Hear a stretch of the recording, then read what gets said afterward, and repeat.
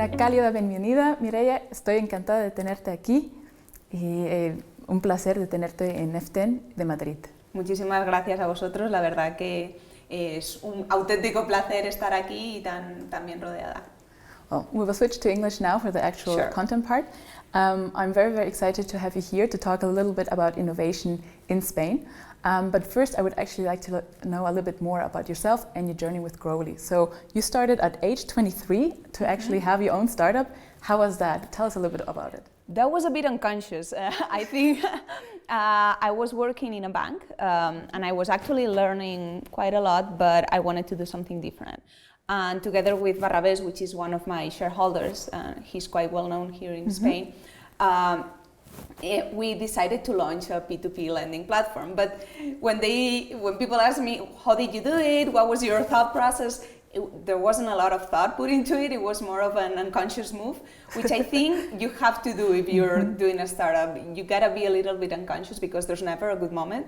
So that was 2013. We were in the middle of the crisis, and people were telling me, "Just hold on to your job. You just got out of your degree. Just hold on to the job and hang in there until the economy is more stable." But I went a bit crazy, decided to leave it all and try to do something different with Growly. That sounds great. But then there were some challenges on the way, right? What was the hardest part for you? Well, I think, in a way, the start, because it's a blank page, so you have to start everything from scratch, and that's very hard.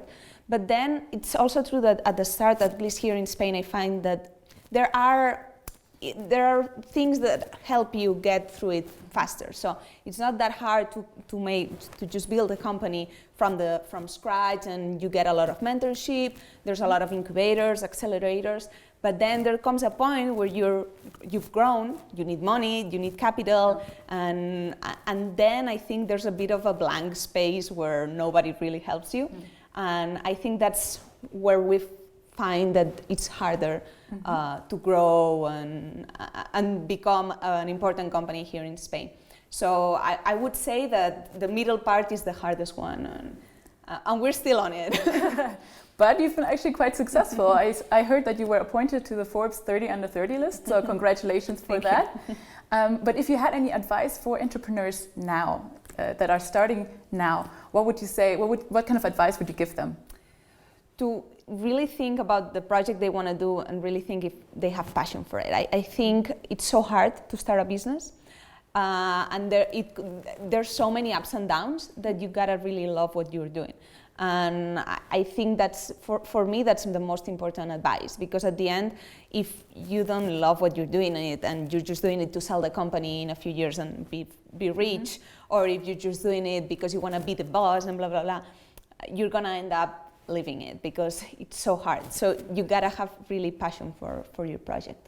Okay, well, I think that's great advice.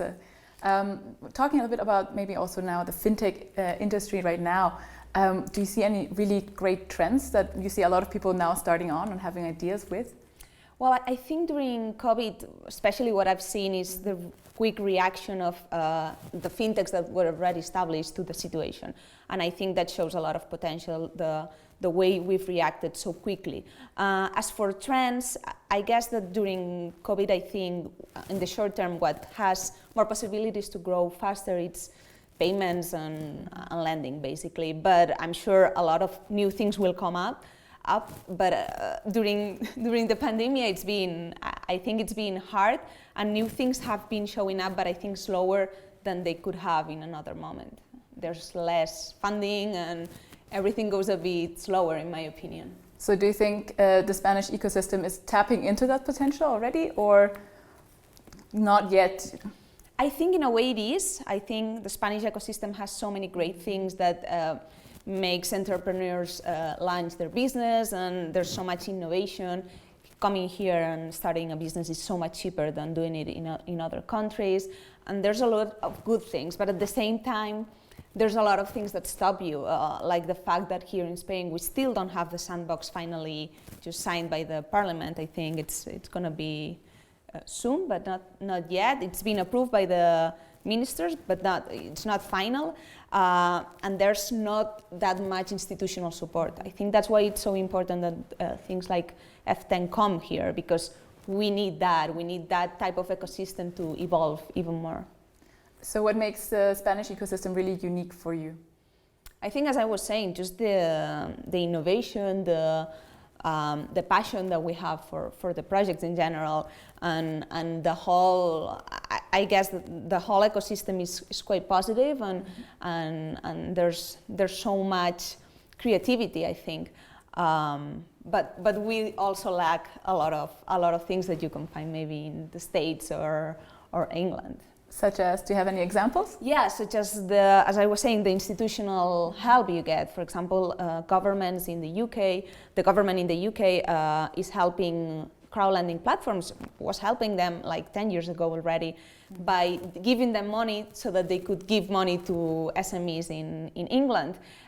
In France, there's a lot of help from the government for fintech companies, even in Italy. And here it seems that we're just basically going a bit alone, and we don't have that much support from the government. And I think they should try to impulse a little bit the sector and help us grow. And also in the corporate part, in the big companies part, I think there's a lot of banks, actually Spanish banks, that are doing more partnerships with fintechs from outside Spain than with fintechs than from here.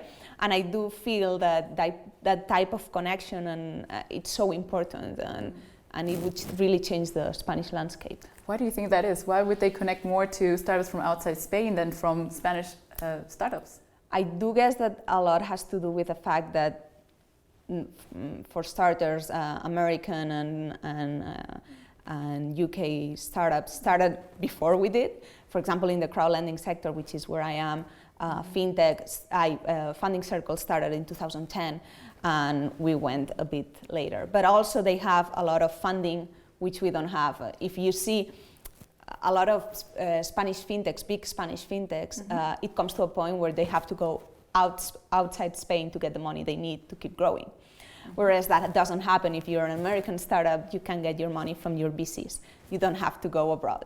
And I do feel that there's VCs here, that there's investors, but that we would need a little bit of more of that, and that these investors are quite risk adverse in comparison to other investors from outside Spain. So focusing again a little bit more on Spain, and it's a very regional country, right? I mean, you have very strong local interest and local representation within it. How does that play into the entrepreneurial ecosystem?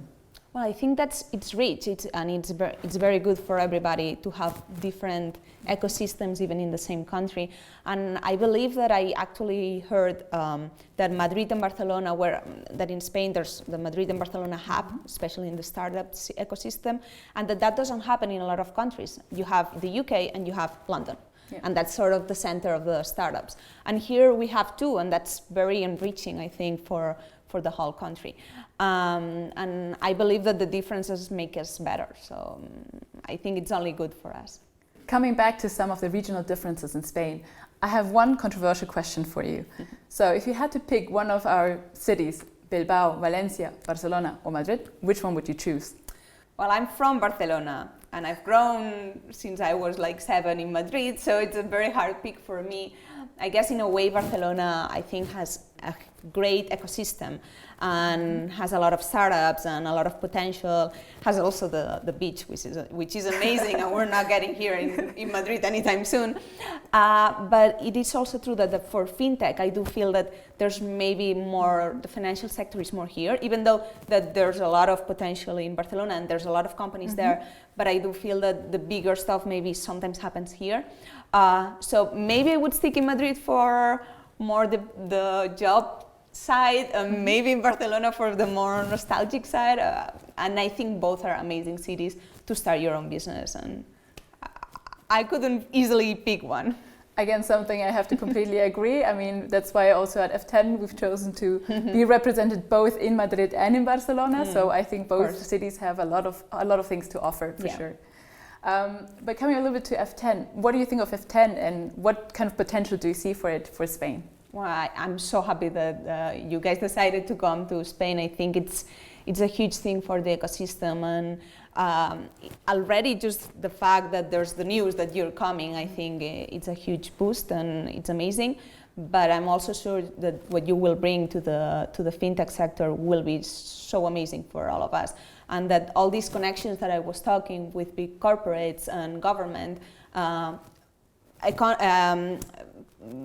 groups like yours and F10, I think, can make a real difference in that sort of interaction and can bring the sector to a new level. So I can only applaud you and be so happy for that. Well, thank you so much for all your insights today, and I hope to welcome you back soon to our Madrid offices in the future. Thank you so much.